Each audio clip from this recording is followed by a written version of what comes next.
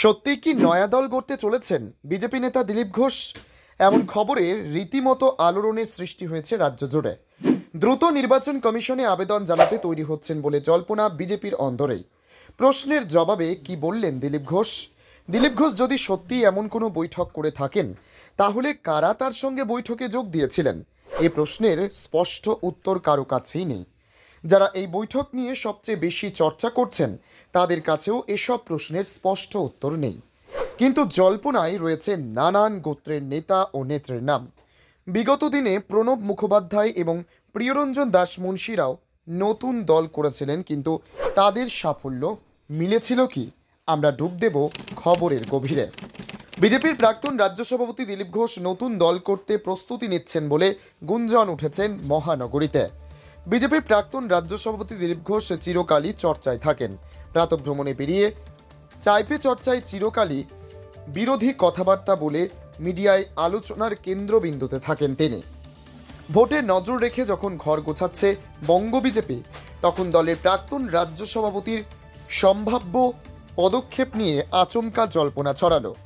দিলীপ ঘোষ নতুন রাজনৈতিক দল গড়তে পারেন বলে গুঞ্জন তৈরি হলো পদ্ম শিবিরে। সেই গুঞ্জন ছড়ালো দলের বাইরেও।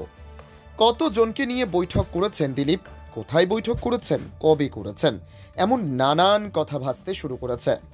তবে দিলীপের বৈঠকে যারা ছিলেন বলে জল্পনা, তাদের অধিকাংশই বৈঠকে থাকার কথা বা বৈঠক হওয়ার কথা অস্বীকার করছেন।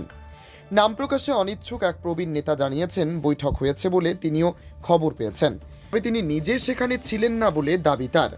জল্পনা 1, শুক্রবার সল্টলেকে জনা 25 বিজেপি নেতা নেত্রী দিলীপের নেতৃত্বে বৈঠকে বসেছিলেন। জল্পনা 2, সে বৈঠকে নতুন হিন্দুত্ববাদী দল গঠনের বিষয়ে প্রাথমিক আলোচনা হয়েছে। জল্পনা 3, দলের সম্ভাব্য নাম পশ্চিমবঙ্গ হিন্দু সেনা।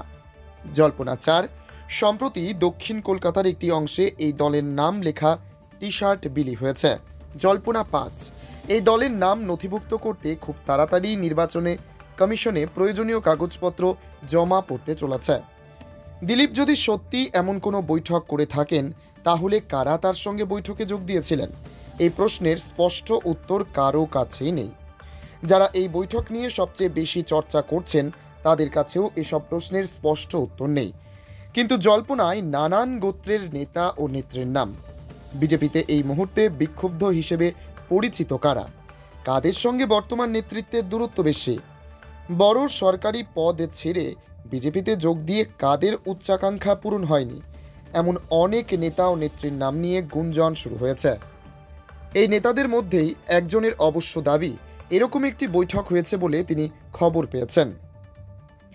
এত জল্পনার মাঝে দিলীপ ঘোষ সাংবাদিকদের বলেছেন, আমি চুপচাপ বসে বসে সব দেখছি, আমার নামে কত কিছু চলছে।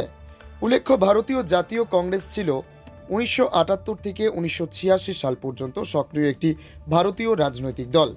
দলটি গঠিত হয়েছিল ভারতীয় জাতীয় কংগ্রেস ভেঙে।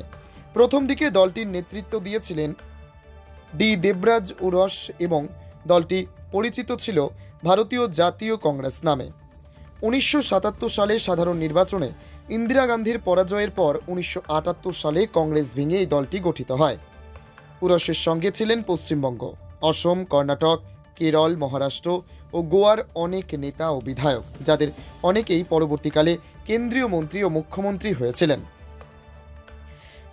এই নেতাদের মধ্যে উল্লেখযোগ্য ছিলেন A.K. অ্যান্টনি, শরদ পাওয়ার, দেবকান্ত বড়ুয়া, প্রিয়রঞ্জন দাস মুন্সি, শরৎচন্দ্র সিনহা ও K.P. উন্নিকৃষ্ণন।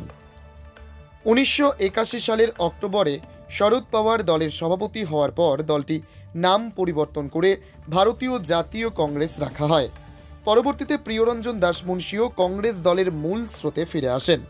নিজের রাজ্যে ফিরে 1986 সালে নতুন দল গঠন করেন আহত প্রণব মুখোপাধ্যায়।